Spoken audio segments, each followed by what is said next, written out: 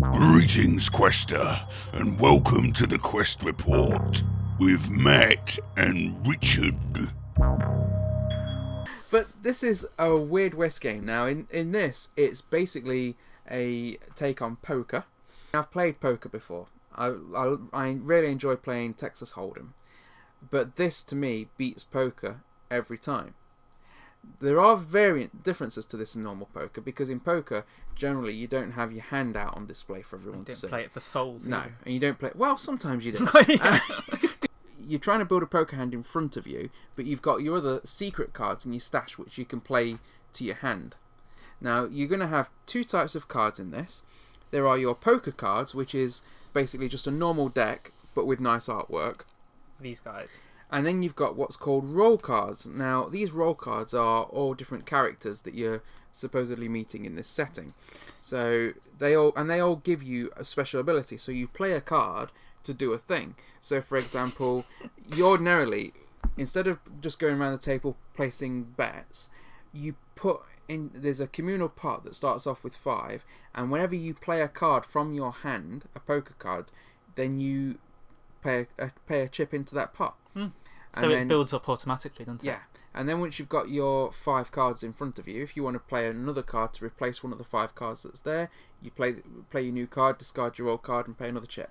So you can play as many roll cards as you want during your turn. You can put down as many poker cards to your hand as you want. There's a clean-up at the end where you discard any that are over, and your hand has to be 5 cards by the end of that. You can have 5 cards in your hand, Stash, which is called your stash, Just and the 5 stash. cards in front of you, which is your poker hand. Yeah. That's why it's confusing. Yeah. It's these roll cards that really make it better than poker to me. Because there are cards that, like Ricky Love, cards you play are free this turn, gain a chip for each heart card that you play. Vicky Love kept turning up in my hand. It got embarrassing. It's like I'm just constantly playing the Vicky Love card. Yeah. Just to get rid of him, basically. There's the Shifty Sisters, which is called a bad guy card, which is usually means it does something to somebody else. You choose a player and look at their stash. You can steal a poker card from them and trash a poker card. Baron Von Doom, each other player trashes an up card of their choice. If you've played another bad guy card this turn, put those cards in your stash.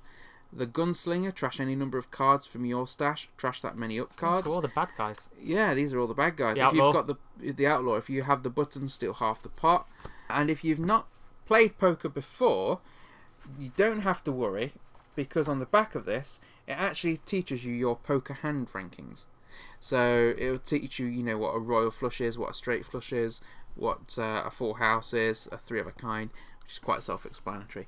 But some of these are quite explanatory, like a pair, 2-pair high card, 3 of a kind are all pretty self-explanatory, 4 of a kind is. But some of the others, if you've not played poker before, you will need some sort of reference. But you can get that from this. And what we did before as well was because my wife hasn't played poker before, we put up on the screen just a list as well, so that you can look at that without necessarily needing to look at the back of the rule book.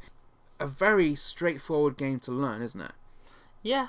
Well, yeah, you have to kind of, in your head, stop comparing it to poker, because it's like, obviously it is a big comparison, but you have to kind of forget that while you're learning the rules, because it is kind of different, because you're not keeping your hand secret. Anyway, you're putting that out on the table so everyone can see. You kind of see the hand that other people are building. Yeah. But you can keep it secret in the sense that what I did on a couple of rounds, rather than playing cards in front of me to build up a hand, build them up in your I was building them up in my stash so no one could see it, and then I'd pay to put all 5 out in one go. Yeah. The roll cards are really what make the game, because they are interesting to play. They do bring a different dynamic to what is essentially just a normal poker game. And without those, it would just be playing poker. If I was given the choice to play Drawing Dead or poker, I'd choose Drawing Dead every time. Yeah, I would. It does feel more like an actual game. This, basically, it had all the fun aspects of poker. I felt like we were being quite cool, the way we were just kind of putting cards down and putting a chip in the middle. It feels like the cool game of poker, but it flowed a lot better, I thought. Yeah, you could steal other people's cards, you were playing cards to get extra cards.